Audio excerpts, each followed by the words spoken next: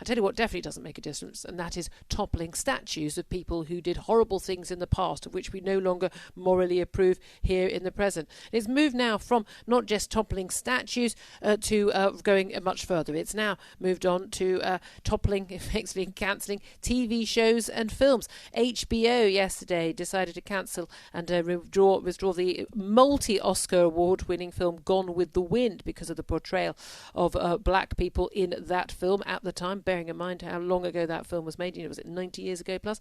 But also Netflix, the BBC, of course, they've cancelled Little Britain.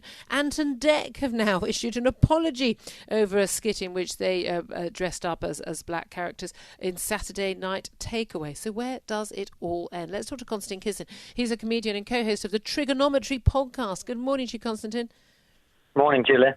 Good morning. I mean, a lot of us have warned that, when you start with trying to rewrite history and erase history, like removing statues, that this is where it will end. It does seem now that the offendertrons, the snowflakes, are going for sort of every comedy, every TV show, every film that was made basically before, I think, January, which may not actually agree with our political and moral sensibilities right now. Where do you think it ends?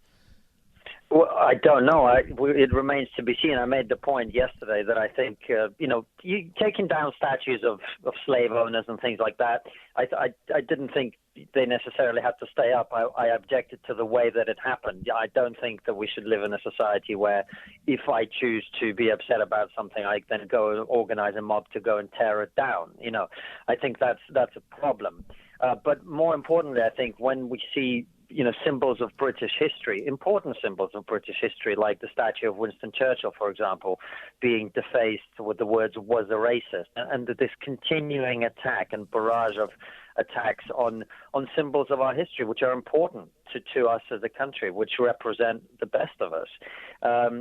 Then what I think will happen is you'll see a backlash, and I'm troubled by what is happening.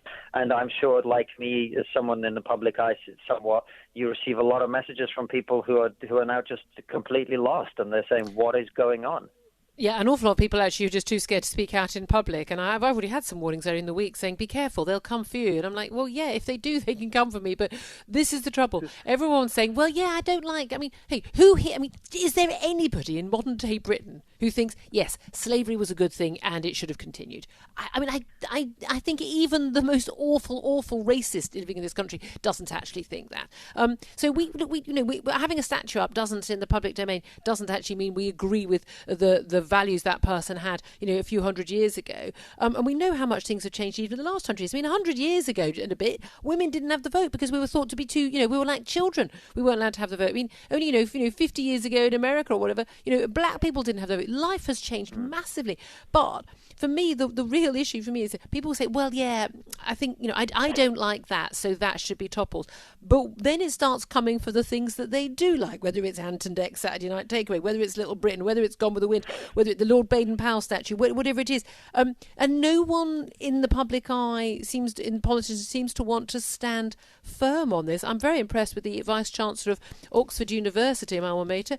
She basically said that, particularly on the issue of Cecil Rhodes, the statue there were protests about earlier this week. Nelson Mandela would have firmly opposed attempts to hide history, she said, given that he made a speech in 2003 to launch the Mandela Rhodes Foundation in partnership with the Rhodes Trust, because he, of course, set up this academic scholarship. There are very few people who are willing to come out and face the abuse and the cries of racist or transphobic or whatever it is, just simply to say, no, we shouldn't rewrite our history or cancel or delete our history just because our values now have changed.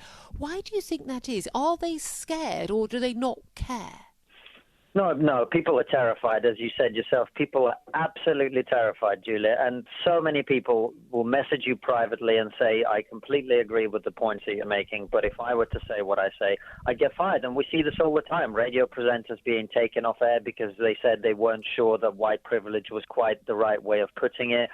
Anyone who has any deliberation about this issue is automatically dismissed as a racist. And let's just be very clear, by the way, there are lots and lots of black people who don't agree with what's happening. They don't support what's happening, and they're not being given a voice in the mainstream media. And so we're presented with this supposedly united front, when really what the media are doing is essentially not allowing any dissent, no matter who it comes from. And let's just be very clear on this whole Black Lives Matter thing. All of us will agree that the lives of black people matter. All of us will agree that police brutality is unacceptable.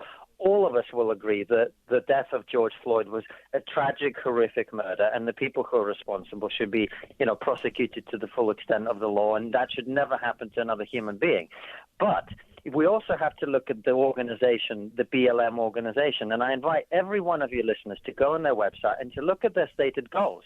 And they include, and I'm sure you'll know this, Julia, the abolition of the nuclear family, and the abolition of our families, right?